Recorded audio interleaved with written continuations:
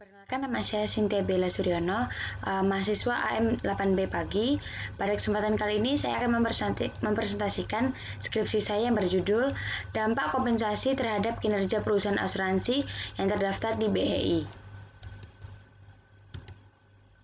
Pertama-tama dimulai dari latar belakang skripsi ini, bermula dari apa itu SDM. SDM adalah tentunya merupakan salah satu faktor pendukung berjalannya sebuah perusahaan, yaitu maka dari itu SDM dianggap penting sehingga dalam mengelola SDM serta memotivasi karyawan, salah satu hal yang bisa dilakukan yaitu dengan memberikan kompensasi yang sesuai.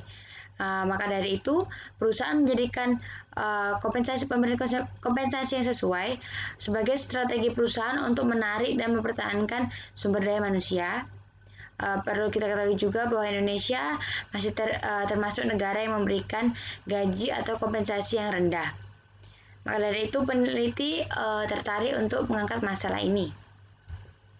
Kemudian pada perumusan masalah terdapat dua, yaitu yang pertama, apakah dampak jangka pendek kompensasi terhadap kinerja perusahaan asuransi di Indonesia, dan yang kedua, apakah dampak jangka panjang dari kompensasi terhadap kinerja perusahaan asuransi Indonesia.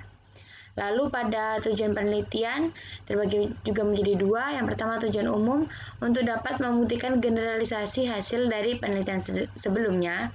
Lalu tujuan khususnya untuk mengetahui dampak jangka panjang dan pendek dari kompensasi karyawan terhadap kinerja perusahaan asuransi. Lalu manfaat penelitian juga bagi praktisi, penelitian ini bisa menjadi bahan pertimbangan dalam menentukan sistem kompensasi yang paling tepat dan efektif. Lalu manfaat bagi akademisi yaitu untuk menambah pengetahuan terkait sistem kompensasi. Manfaat bagi penulis untuk memperluas wawasan bagi penulis yang ingin melakukan penelitian terkait kompensasi ini.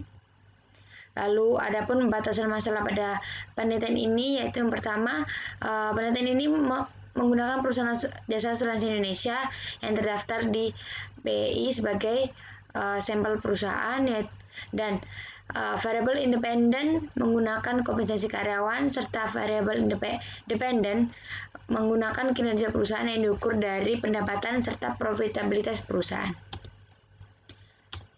Lalu pada kajian teori terdiri dari teori keadilan, teori kompensasi, teori perusahaan, kinerja perusahaan, teori manajemen sumber daya manusia atau SDM. Lalu adapun kajian literatur yang terdiri dari penelitian Kim Enjang, Gupta and Shaw, dan 2010, Chen and Johnny, Rizal et al. Dan kemudian pada pengembangan hipotesis ada dua. Yang pertama yaitu H1 berbunyi kompensasi berpengaruh positif terhadap kinerja perusahaan dalam jangka pendek, dan hipotesis kedua berbunyi kompensasi berpengaruh negatif terhadap kinerja perusahaan dalam jangka panjang. Lalu pada kerangka pemikiran dapat dilihat dari berawal dari kompensasi yang berdampak pada kinerja perusahaan yang diukur dari pertumbuhan pendapatan dan profitabilitas perusahaan. Lalu pada metode penelitian yang menggunakan metode kuantitatif dengan analisis regresi data panel untuk menguji hipotesis penelitian.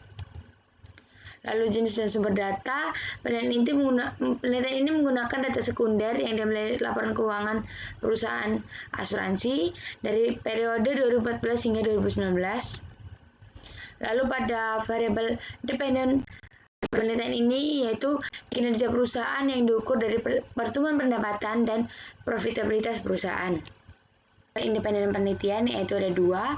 Kompensasi karyawan digunakan untuk mengukur efek jangka pendek dari kompensasi karyawan. Kemudian ada juga efek jangka panjang dari kompensasi karyawan itu sendiri. Kemudian pada objek penelitian, penelitian ini menggunakan sampel perusahaan asuransi yang terdaftar di BEI dari 2015 hingga 2019, yaitu berjumlah 10 perusahaan. Kemudian pada teknik penetapan jumlah sampel menggunakan seluruh perusahaan asuransi yang terdaftar di BEI. Dan setelah mengeliminasi perusahaan yang tidak sesuai kriteria, maka jumlah sampel penelitian menjadi 10 perusahaan saja. Lalu teknik penarikan sampel menggunakan teknik probabilitas, yakni purposive sampling. Kemudian pada teknik pengumpulan data menggunakan arsip basis data, dan teknik pengolahan data menggunakan yaitu yang pertama menentukan variabel, melakukan tabulasi, dan kemudian mengolah kembali dengan program EView 9. Lalu teknik analisis data yaitu ada uji statistik, estimasi model regresi data panel dengan 3 efek yaitu common, fixed, dan random effects. Kemudian ada teknik estimasi model regresi data panel yaitu dengan 3 uji Chow, uji Hausman, dan uji LM. Kemudian uji asumsi klasik, uji normalitas, dan uji heteroskedastisitas. Lalu uji hipotesis itu sendiri dengan uji regresi data panel dan koefisien determinasi. Uji hipotesis seperti yang disebutkan sebelumnya yaitu menghasilkan 2 model persamaan regresi data panel yang dapat dilihat pada slide berikut. Kemudian pada koefisien determinasi atau R2 yang digunakan untuk mengukur ada tidaknya hubungan antar variabel dependen dengan independen. Pada karakteristik responden, penelitian ini menggunakan sampel perusahaan asuransi dan yang terdaftar di BEI dari 2015 hingga 2019. Dapat dilihat perhitungannya pada slide berikut. Kemudian pada statistik deskriptif, pengujian statistik menggunakan EView 9 dan menghasilkan gambaran terhadap variabel independen dan dependen yang dapat dilihat pada tabel berikut. Contohnya pada variabel growth memiliki rata-rata atau mean 0,015, median atau titik tengah 0,03, dan nilai maksimum 0,24, minimum minus 0,23, dan standar deviasi sebesar 0,1170. Lalu selanjutnya pada uji metode, yang pertama uji Chow.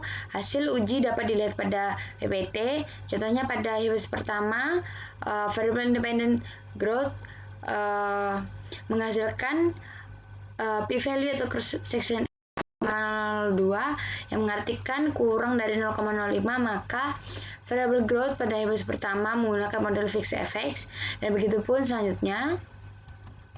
Kemudian pada uji Hausman, yaitu variable growth memiliki nilai p-value lebih dari 0,05 sehingga menggunakan model random effects. Variable profit tidak dilakukan uji Hausman karena sesuai dengan hasil uji sebelumnya yaitu uji Chow. Lanjut pada uji LM, pada hipotesis pertama variable independent growth memiliki nilai bersepadan kurang dari 0,05 sehingga memilih random effects.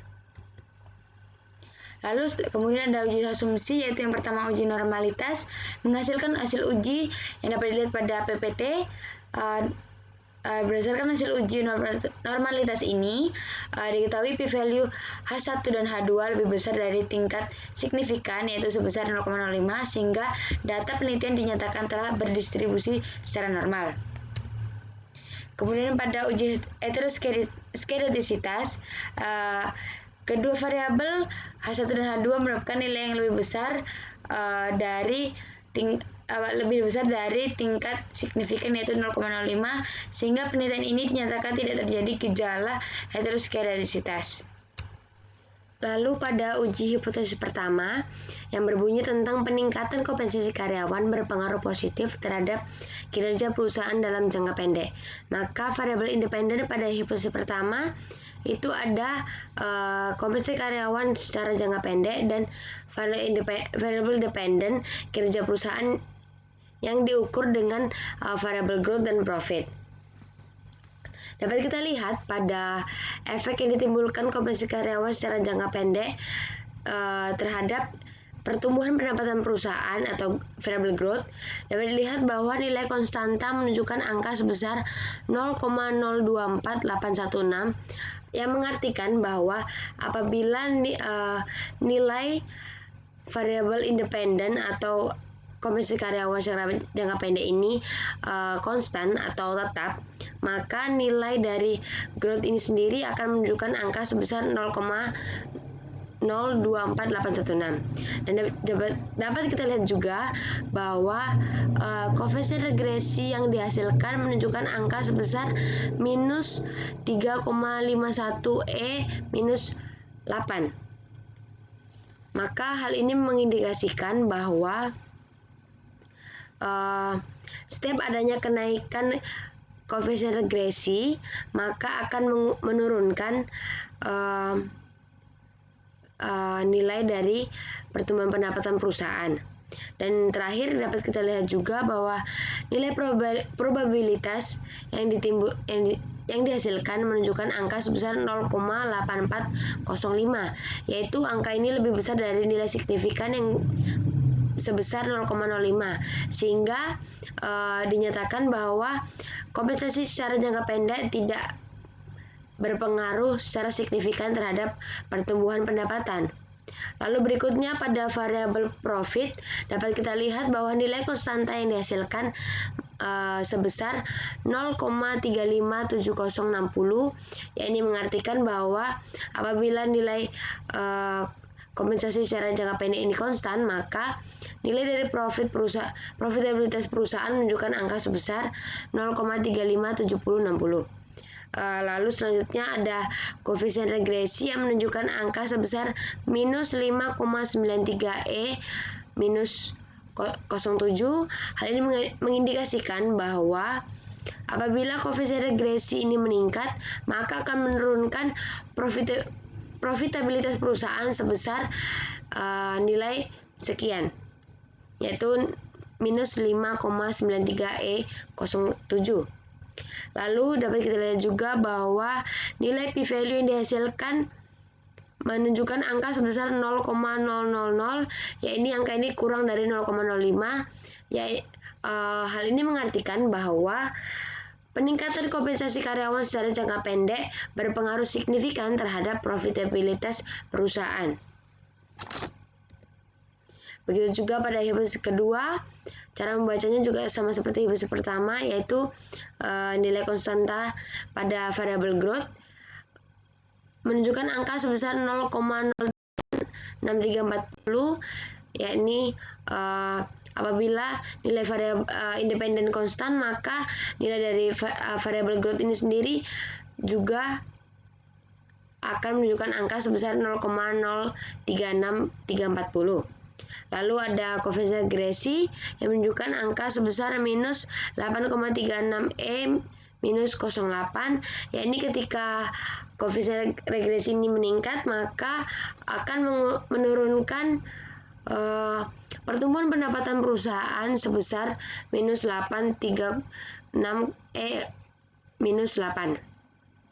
Lalu dapat kita lihat juga bahwa p-value kompensasi karyawan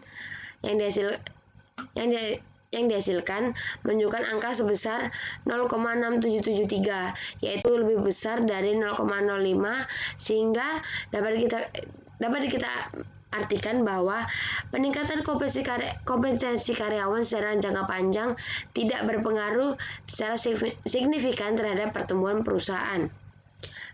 Sebaliknya pada profitabilitas perusahaan, nilai konstanta menunjukkan angka sebesar 0,363933 dan koefisien regresi sebesar minus 6,57E minus 07, dan sedangkan nilai p-value kompensasi karyawan secara jangka panjang menunjukkan angka sebesar 0,000, yakni kurang dari 0,05, sehingga dapat kita artikan bahwa peningkatan kompensasi karyawan secara jangka panjang dapat berpengaruh secara signifikan terhadap profitabilitas perusahaan. Lalu selanjutnya pada uji koefisien determinasi yang digunakan untuk mengukur pengaruh antar variabel, yaitu untuk melihat sumbangan yang diberikan oleh variabel dependen kepada variabel dependennya. Dapat dilihat pada tabel yang disajikan pada presentasi. Dilihat bahwa pada hipotesis pertama, nilai variabel growth nilai S-score menunjukkan angka sebesar 0,0094 dan variabel profit sebesar 0,432141. Hal ini menunjukkan bahwa variabel independen penelitian, yakni kompensasi karyawan, dapat mempengaruhi pertumbuhan pendapatan sebesar 0,00%, yakni atau dapat kita katakan pengaruh sedangkan dapat mempengaruhi profitabilitas perusahaan sebesar 43%. Begitu juga pada hipotesis kedua, variable growth menunjukkan nilai R-square sebesar 0,002381 dan nilai variable profit menunjukkan angka sebesar 0,428027. Hal ini juga menunjukkan bahwa variable independen penelitian dapat mempengaruhi variable dependen yakni untuk variable growth sebesar 0,000 atau tidak mempengaruhi sama sekali, namun dapat mempengaruhi profitabilitas perusahaan sebesar 42%. Lalu berikutnya pada analisis data yang dimulai dari H1 yang menyatakan bahwa peningkatan kompensasi karyawan berpengaruh positif terhadap kinerja perusahaan dalam jangka pendek. Berdasarkan hasil uji regresi sebelumnya menyatakan bahwa peningkatan kompensasi karyawan dapat menimbulkan pengaruh negatif secara signifikan terhadap profitabilitas perusahaan dan secara tidak signifikan terhadap pertumbuhan pendapatan perusahaan secara dalam jangka waktu pendek, maka H1 ditolak. Pengaruh negatif yang signifikan ditimbulkan karena adanya peningkatan beban tenaga kerja atau peningkatan kompensasi karyawan tersebut, maka akan langsung menurunkan profitabilitas perusahaan dalam jangka waktu pendek. Namun hal ini adanya peningkatan kompensasi karyawan atau tenaga kerja, maka perusahaan pun mungkin akan menaikkan harga jual, sehingga hal ini akan berpengaruh pada pertumbuhan pendapatan perusahaan juga. Bisa menjadi permintaan pasar bisa menjadi ikut juga turun, maka pertumbuhan pendapatan pun bisa juga menurun. Namun hal ini perlu diketahui juga bahwa sumber pendapatan perusahaan asuransi tidak hanya berasal dari pendapatan dari penjualan polis, namun juga dari kegiatan lainnya seperti adanya investasi dan pendapatan jasa lainnya. Lalu pada analisis data pada hipotesis kedua, yakni peningkatan kompensasi karyawan dapat berpengaruh negatif terhadap kinerja perusahaan dalam jangka panjang. Berdasarkan hasil pengujian hipotesis kedua menunjukkan bahwa dampak dari peningkatan kompensasi dalam jangka waktu panjang peningkatan kompensasi karyawan dapat menimbulkan pengaruh negatif secara signifikan terhadap profitabilitas dan tidak signifikan terhadap pertumbuhan pendapatan, maka H2 diterima. Hasil penelitian ini tidak sejalan dengan hasil penelitian yang dilakukan oleh Kim and Jang pada tahun 2020 lalu, namun sejalan dengan hasil penelitian yang dilakukan oleh Pujiati dan Arfan yang penelitian mereka yang menyatakan bahwa kompensasi bonus dapat menimbulkan pengaruh negatif terhadap manajemen laba pada perusahaan manufaktur di BEI. Dan adanya peneliti juga mendukung adanya perbedaan jenis faktor usaha dan bentuk kompensasi yang diterima karyawan mengakibatkan dampak atau output yang diterima baik karyawan maupun perusahaan pun berbeda. Lalu pada kesimpulan pada penelitian ini, yaitu penelitian ini bertujuan untuk menguji pengaruh dari peningkatan kompensasi karyawan terhadap kinerja perusahaan dalam jangka waktu pendek dan panjang. Sampel penelitian menggunakan perusahaan asuransi yang terdaftar di BEI pada periode 2015 hingga 2019, yakni berjumlah 10 perusahaan asuransi, dan setelah mengeliminasi outlier, sampel penelitian menjadi 45 data dalam 5 tahun. Penelitian ini juga menggunakan program EView 9 untuk mengolah data, dan hasil penelitian ini menunjukkan bahwa peningkatan kompensasi karyawan dapat berpengaruh negatif terhadap kinerja perusahaan yang diukur dengan pertumbuhan pendapatan dan profitabilitas perusahaan dalam jangka waktu pendek dan maupun dalam jangka waktu panjang. Adapun keterbatasan dalam penelitian ini, yakni penelitian ini hanya menggunakan sampel yaitu perusahaan asuransi saja yang terdaftar di BEI, sampel penelitian yang telah memenuhi kriteria berjumlah 10 perusahaan dalam periode 2015 hingga 2019. Dan setelah mengurangi outlier, data penelitian berjumlah sekitar 45 data. Dan penelitian ini menggunakan analisis regresi data panel dengan menggunakan model common effects dan random effects. Adapun implikasi penelitian ini, hasil penelitian mengandung implikasi agar kedepannya perusahaan asuransi dapat lebih memperhatikan kebijakan dalam memberikan kompensasi terhadap karyawan sehingga tidak ada terjadi kerugian antara kedua belah pihak, baik karyawan maupun perusahaan. Kemudian saran yang dapat diberikan oleh penelitian ini yaitu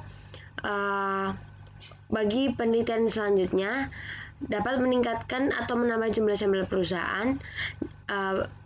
Selain itu dapat juga menambah periode penelitian dan tidak hanya terbatas pada satu sektor di BI saja. Menambah variabel penelitian independen dan dependen, atau dapat menggunakan variabel yang berbeda dan lebih memperhatikan kriteria dalam pemilihan model penelitian. Saya kira itu saja yang dapat saya sampaikan pada presentasi kali ini. Kurang lebihnya saya mohon maaf dan pengertiannya. Terima kasih kepada Bapak Ibu dosen yang telah memberikan perhatiannya. Terima kasih.